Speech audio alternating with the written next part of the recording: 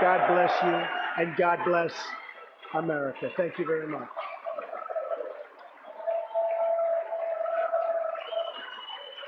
So we just had the State of the Union last night, and it was abundantly clear that it was given to us by a reality TV star president and that we are living in a world of reality TV star politics. I mean, the whole thing was absolutely ridiculous. False claims about protecting blue-collar workers, false claims about saying that, him and his party were protecting pre-existing conditions when they've done everything they can to stop those kinds of protections which are in place and to overturn those protections.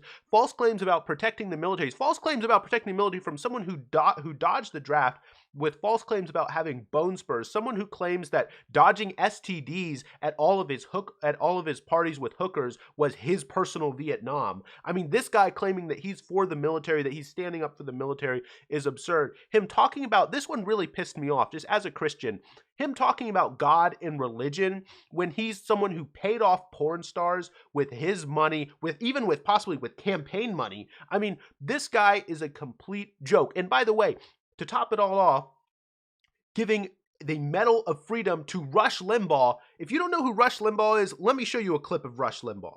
Fluke is a Georgetown University law student who appeared at a Democratic event last week, arguing the Obama administration rule requiring free contraception is critical for women's health. What does it say about the college co-ed Susan Fluke, who goes before a congressional committee and essentially says that she must be paid to have sex? What does that make her? It makes her a slut, right? Makes her a prostitute. She wants to be paid to have sex. That's who Rush Limbaugh is. That is who Rush Limbaugh is. This man was given a Medal of Freedom, the highest civilian honor in this country, making an absolute shame for anyone else who gets this honor, completely degrading the meaning of the honor. The entire State of the Union, you know what it was? It was complete red meat for the base. But honestly, that's not surprising because with a polarizing country, it's at this point, the entire State of the Union is just to speak to his base. It's not even trying to communicate, trying to talk to Democrats in any kind of way, or anyone even remotely on the left, or anyone who doesn't agree with him. It's just trying to rally the base and tell Republicans what they want to hear, as opposed to, laying out clear and objective facts and talking about how we can move forward as a country. He's talking about how he can move forward as a campaign and how, the various things that he can do. Now, we did see a few interesting things, which I do think that sort of foreshadows how Trump is going to try to spin things in the general election. He talked about healthcare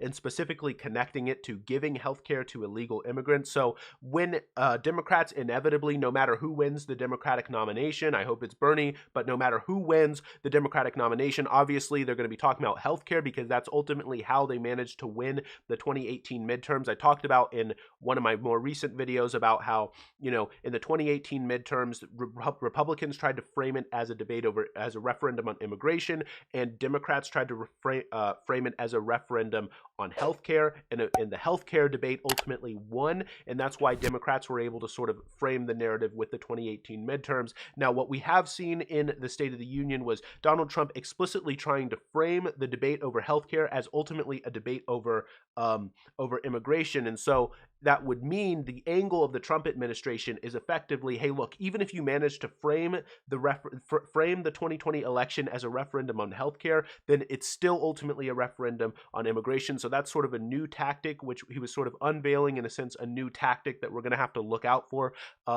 Sort of as people on the left, we're going to be, wanting to really sort of angle, find ways in order to message even to people who we don't agree with on that issue, in order to make sure that it stays a debate over healthcare and doesn't become, a kind of confusing issue over immigration where it kind of splits a lot of coalitions. So that is one interesting thing, which I did think that was the only halfway worthwhile thing which came out of the State of the Union. Not obviously not worthwhile in the sense that it was stupid and completely misleading and, just not true.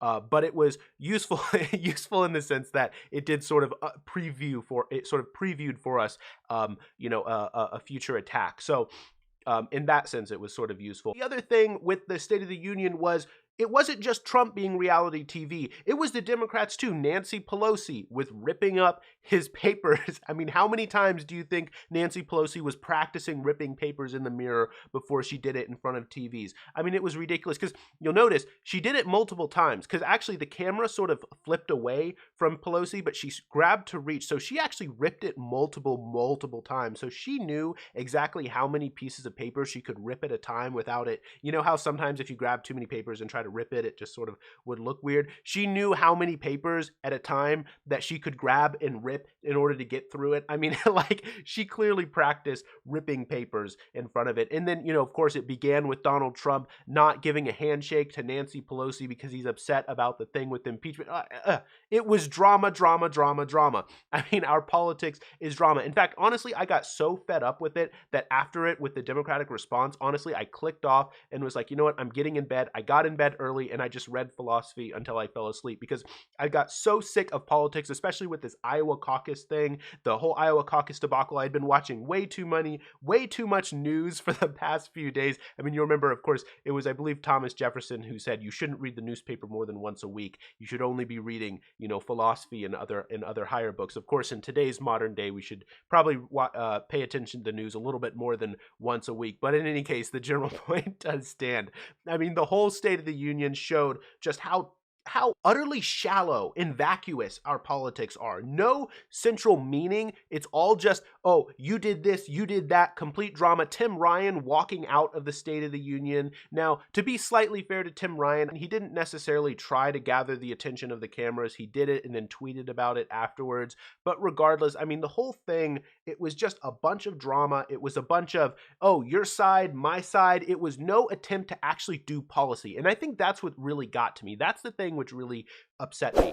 Politics is not, at least as I'm seeing it right now, a serious deliberation about policy, about ideas, trying to figure out how we can move the country forward. It's all about your side and my side. It's, oh, you said something I didn't agree with, so I'm going to dislike, it's absolutely ridiculous. Our politics, and it's, the catchword that everybody's talking about is polarization, but it's more than just polarization at this point. It's a lack of communication. It's an inability to actually dialogue with one another. Now, to be fair, I understand, like, obviously, if you're out here saying, if you're out here with Henry Kissinger and, you're out here as a war criminal, like that's different than the kind of dialogue which I mean. When I say dialogue, I mean giving good faith arguments for your position and then being willing to have your ideas out there, have your ideas out there ready to have a fight for the battle of ideas or whatever you want to call it, right? There's none of that in our politics. And the State of the Union really showed that to me, and it genuinely just made me upset. But in any case, I'm clearly rambling. So anyway, if you like the video, I'd really appreciate it if you hit the like button and consider subscribing. Thanks.